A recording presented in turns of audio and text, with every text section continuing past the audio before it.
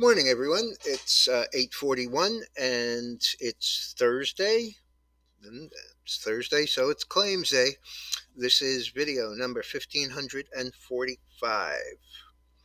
Okay, let's get to those claims and housing numbers. Housing starts down 4.2%, expected to be down 2%. That was the estimate. The actual number is 1,425,000 versus 1,416,000. Um, not great. Uh, Permits about in line, 15, 1,526. Okay, claims. Initial claims down 4,000 at 222. And continuing claims a little bit higher. I think they were 1,490 something. They're 1,507. More important, I think, is the Philly Fed number, which was expected to come in +5, and it came in minus 19.4. This is kind of an erratic one, but when you pair it with the Empire State Manufacturing Index, that was a huge miss a couple of days ago, you start to see a trend. BJ's beat on its earnings, not doing much. Cisco, same thing. 46.44, that's up 205, so that's pretty decent. Alibaba beat. You know that I don't trade it, I don't really follow it, but it is a big name and you got to look at it. 77.69, they beat 77.69, down 47 cents or 4%. Only reason that I can see why it was down is because in the past 1 week it has gone from a low of 64.80 to $80. So right here it's 77 and change. I don't know that there's much you can pull forward. NetEase, same situation, except that it has rallied back a bit. The low this morning closed 71.33 yesterday. The low this morning was 64.01, and the last is 70.64, down 69 cents. So again, another one of those that's had a nice run, having pulled it all forward.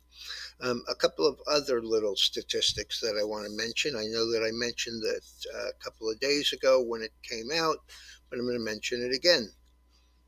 Household debt, 16.5 trillion.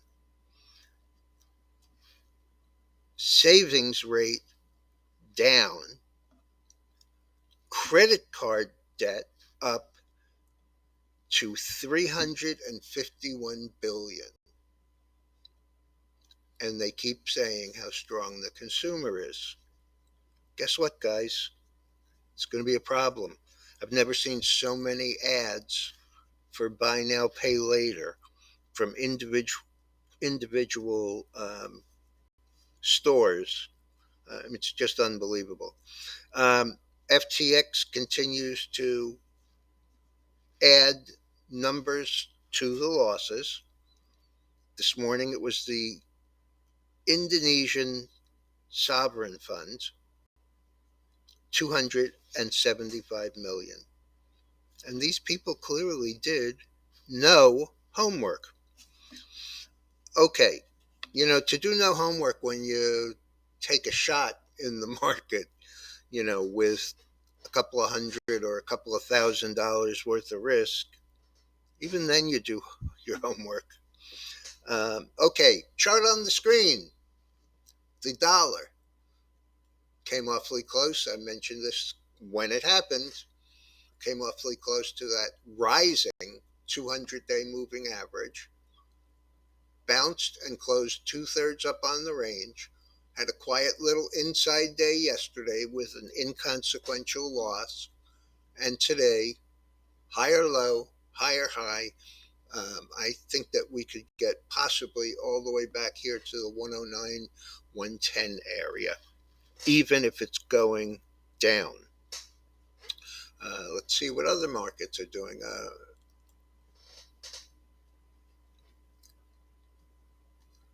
Oil down another $1.46. This is an area of support also. Um, the problem here is OPEC people saying they're seeing demand destruction. And I get it. Uh, Net gas up 7 cents. It was up nicely yesterday, but we were using numbers like 605, 610. That was in the contract. They've now rolled forward to the January. So the equivalent of $6 here is probably about 640 or 650. Gold down, silver down, copper down. Commercials are now short the copper and have been for about a week.